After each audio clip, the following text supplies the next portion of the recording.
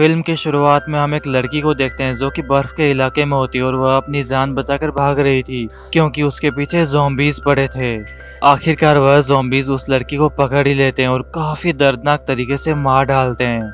उसके बाद हमें कुछ लोग दिखाए जाते हैं जो कि गाड़ी में कहीं जा रहे थे। दरअसल वो लोग ऑक्सफोर्ड नाम की जगह पर अपने वेकेशन को एंजॉय करने जा रहे थे और जिस रास्ते से वह जा रहे थे उसके अपोजिट रास्ते से वो लड़की भी, जिसका नाम सारा था, वह भी अपने केबिन के लिए निकल गई थी। फाइनली वे लोग ऑक्सफोर्ड में पहुंच जाते हैं और वह अपनी गाड़ी वहीं खड़ी कर देते हैं क्योंकि कार आगे नहीं जा सकती, यह इलाका काफी बर्फीला था।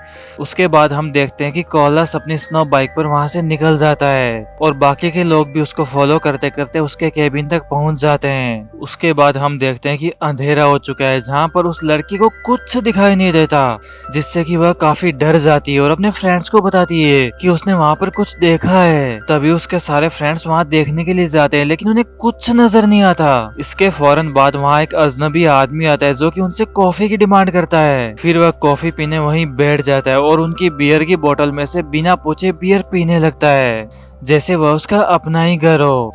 इसके बाद वह आदमी उस जगह के पास्ट के बारे में बताना शुरू करता है। वह बताता है कि सेकेंड वर्ल्ड वार के समय कुछ नोजीज लोगों ने इस जगह पर कब्जा कर लिया था, तो नोजीज लोगों ने काफी साल तक आम लोगों का जीना मुश्किल कर दिया। फिर उन्हें अपनी हार साफ दिखाई देने लगी थी, तो वह डिसाइड करते हैं कि वह वहाँ से चले जाएंगे। लेकिन जब वह यहाँ से जाने लगते हैं तो यहाँ के सारे लोग उन्हें मार डालते हैं और उनका कैप्टन भी यहाँ से भाग गया था, जो शायद सर्दी की वजह से वह भी मारा गया। वह कहता है कि मुझे इस बात का यकीन है कि आज भी नौजीज लोगों की आत्मा यहीं घूम रही है। इस बात पर रॉय नाम का लड़का उस पर हंसने लगता है। वह कहता है कि हम सब मेडिकल के स्टूडेंट हैं और इन बातों पर हम यकीन नहीं करते। यह सुनकर उस आदमी को गुस्सा आ जाता है। गुस्से में वह रॉय का गला पकड़ लेता है। फिर काफी समझाने पर वह उसे छोड़ देता है और वार्निंग देकर वहां से निकल जाता है और कुछ ही दूर वह अपना टेंट लगाकर खाना खाने लगता है। थोड़ी ही देर में उसे कुछ आवाज सुनाई देती है। जब वह बाहर देखता है तो उसे एक ज़ॉम्बी दिखाई देता है। यहाँ वह कुछ समझ पाता है, उससे पहले दूसरा ज़ॉम्बी आकर उसका गला काट देता है और काफी मशक्कत करने के बाद वह अपने आप को छुड़ाकर टेंट में चला जाता है। लेकिन वह ज़ॉम्बी भी उसके साथ टेंट में चला जाता है और उसे काफी दर्दनाक तरीके से मार डालता है। उस आदमी की बात का विराट पर काफी असर हुआ था, तो उसे अपनी फ्रेंड सारा की टेंशन होने लगती है। देन मॉर्निंग को वह अपनी स्नो बाइक लेकर वहां से सारा को ढूंढने जा रहा होता है और वह अपने सारे फ्रेंड्स को बोलता है कि यदि मैं कल तक नहीं आया तो तुम अपना वेकेशन मना के यहाँ से निकल जाना। यह कहकर वह वहाँ से चला जाता है और जैसे ही वह जाता है तो सारे लोग एंजॉय करने लगते हैं क्योंकि यहाँ कोई भी उस आदमी की बात को सीरियसली नहीं ले रहा था। दूसरी तरफ वह अपनी सारा फ्रेंड को ढूंढते ढूंढते उस आदमी के टेंट के पास चला जाता है। जब यहाँ वह रुक कर उस टेंट के अंदर देखता है तो उसे शौक लगता है क्योंकि वह आदमी वहाँ पर मरा हुआ पड़ा था, जिसे काफी बेरहमी से मारा गया था। यह सब देखकर वह नीचे गिर जाता है। तभी उसे पैरों के निशान दिखाई देते हैं जो कि बिल्कुल खून में लथपथ थे। तभी इस बात का पता करने के लिए वह उनके पीछे पीछे निकल जाता है। देन अचानक उसका पाँव एक ट्रैप में फंस जाता है और वह नीचे गिर जाता है। देन हमें वह लोग दिखाए जाते हैं जिन्हें एक बॉक्स मिलता है। जब वह उस बॉक्स को खोलते हैं तो वह काफी हैरान हो जाते हैं क्योंकि उसमें काफी सारा गोल्ड होता है। इसके बाद यह बोलते हैं कि शायद ये वही सोना होगा जिसे नोजीज लोग यहाँ से चोरी करके ले जा रहे थे। इसके बाद अर्लिन एक घर में एंटर करता है और उसके पीछे पीछे क्रिस्पी भी चली जाती है। देन अर्लिन तो वापस आ जाता है बट क्रिस्पी वापस नहीं आती क्योंकि उसे लग रहा था कि अर्लिन उसके साथ मजाक कर रहा है। तो वह कहती है कि ऐसा मत करो अर्लिन, मुझे डर लग रहा है। तभी अचानक से एक ज़ॉम्बीज उस पर अटैक कर देता है और ज़ॉम्बीज ने क्रिस्पी को काफी जख्मी कर दिया था। फिर वह किसी तरह अपने आप को छुड़ाकर वहाँ से बाहर आ जाती है और बाहर आने के बाद हेल्प के लिए काफी चिल्लाती है। लेकिन यहाँ उन लोगों ने काफी तेज वॉल्यूम में सॉन्ग चला रखा था तो क्रिस्पी की आवाज कोई नहीं सुन पाता। लेकिन हैना को यहाँ लग रहा था कि किसी की आवाज आ रही है, तो वह फौरन म्यूजिक प्लेयर बंद कर देती है और बाहर चेक करने के लिए आती है। और बाहर चेक करने पर उसे कोई दिखाई नहीं देता क्योंकि उससे पहले क्रिस्पी को वह ज़ॉम्बीज पकड़कर ले जा चुका था। उन्हें लग रहा था कुछ तो गड़बड़ है। देन उसके पीछे पीछे वह तीनों भी अपनी गन लेकर वहाँ पर आ जाते हैं। वह चारों लोग क्रिस्टी को काफी ढूंढ रहे होते हैं बट उन्हें क्रिस्टी कहीं नहीं मिलती। तो क्रिस्टी तो उन्हें नहीं मिलती लेकिन उन्हें सारा का बैग मिलता है जो कि उसी केबिन में था।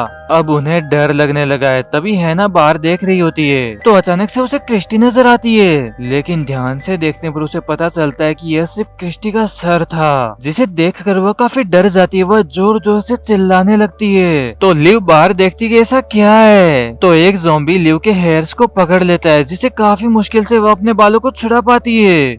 यहाँ वह सब काफी डर जाते हैं तो दरवाजा लॉक कर देते हैं, लेकिन यहाँ ज़ॉम्बीज काफी ज्यादा होते हैं। वह चारों तरफ से उसे मारने के लिए आ रहे थे तो हैना एक ज़ॉम्बीज का हाथ काट देती है। तभी एक ज़ॉम्बी आता है और उसे पकड़कर उसकी आइस में फिंगर डाल देता है और उसके सर को 2 टुकड़ों में डिवाइड कर देता है, जो कि काफी दर्दनाक सीन होता है। दूसरी तरफ हमें विग्राट दिखाया जाता है, जो कि वहीं गिर गया था। अब उसे होश आता है तो वह देखता है कि वह एक गुफा में फंस चुका है, तो वह वहाँ एक मशाल जला लेता है। फिर वह अंदर चेक करता है। चेक करने पर उसे पता चलता है कि यह एक खुफिया जगह है, जहाँ पर सेना के हथियार, हेलमेट्स इत्यादि पड़े हैं।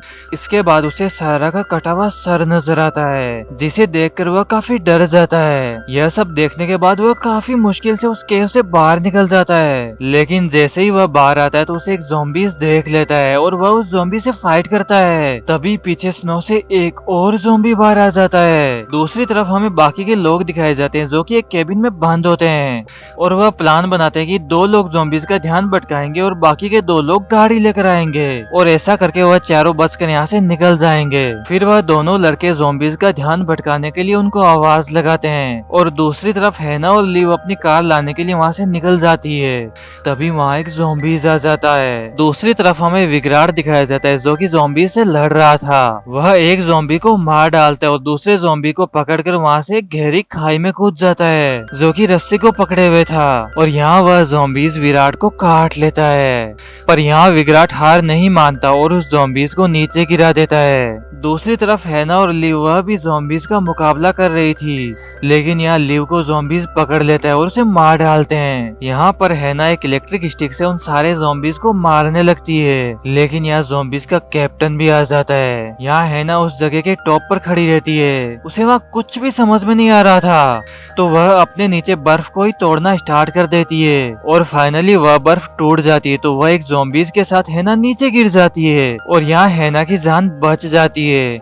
जब वह अपने पास में देखती है तो उसे दिखाई देता है कि एक ज़ॉम्बीज बर्फ में दबा हुआ है, तो हैना उसे मार डालती है। दूसरी तरफ विग्राट अपनी गर्दन पर टांगे लगा रहा था, क्योंकि ज़ॉम्बीज ने उसे काट दिया था ना। उसके बाद वह एक राइफल को अपनी स्नो बाइक पर सेट कर लेता है और उन ज़ॉम्बीज को मारने के लिए यहाँ से निकल जाता है। यहाँ मार्टिन और रॉय भी ज़ॉम्बीज के बीच फंसे होते हैं। तभी रॉय बोतल में आग लगाकर उन ज़ॉम्बीज के ऊपर फेंकता है, लेकिन बाय मिस्टेक वह आग उनके ही केबिन में लग जाती है और वह दोनों बाहर की तरफ भागने लगते हैं और दूसरे शेल्टर में चले जाते हैं, जहाँ काफी सारे हथियार होते हैं और वह उन हथियारों को लेकर ज़ॉम्बीज का सामना करने के लिए बाहर आ जाते हैं। वह उन हथियारों की मदद से एक एक करके उन ज़ॉम्बीज को मारते जाते हैं। वह दोनों ज़ॉम्बीज को मार ही रहे होते कि विग्राट भी अपनी स्नो बाइक लेकर वहाँ आ जाता है और वह अपनी राइफल की मदद से उन सारे ज़ॉम्बीज को उड़ा देता है।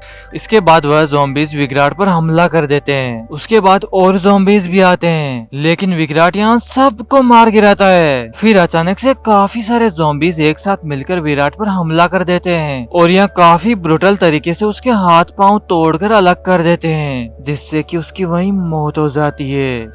यह सब देखने के बाद मार्टिन को काफी गुस्सा आ जाता है और वह गुस्से में सारे ज़ॉम्बीज को मारना स्टार्ट कर देता है। तभी हैना उसके पास आ जाती है, लेकिन मार्टिन उसे देख नहीं पाता और ज़ॉम्बी समझकर उस पर हमला कर देता है, जिससे कि वह काफी जख्मी हो जाती है। यह देखकर मार्टिन काफी दुखी हो जाता है। तभी उनके सामने सारे ज़ॉम्बीज की एक फौज आ जाती है, तो मार्टिन गन से उन्हें मार ही रहा होता है। तभी एक ज़ॉम्बी जाकर उस पर हमला कर देता है, तो फौरन वह कटर से अपने हाथ को काट लेता है। इस बात से वह काफी खुश हो जाता है, क्योंकि अब वह ज़ॉम्बीज नहीं बनेगा।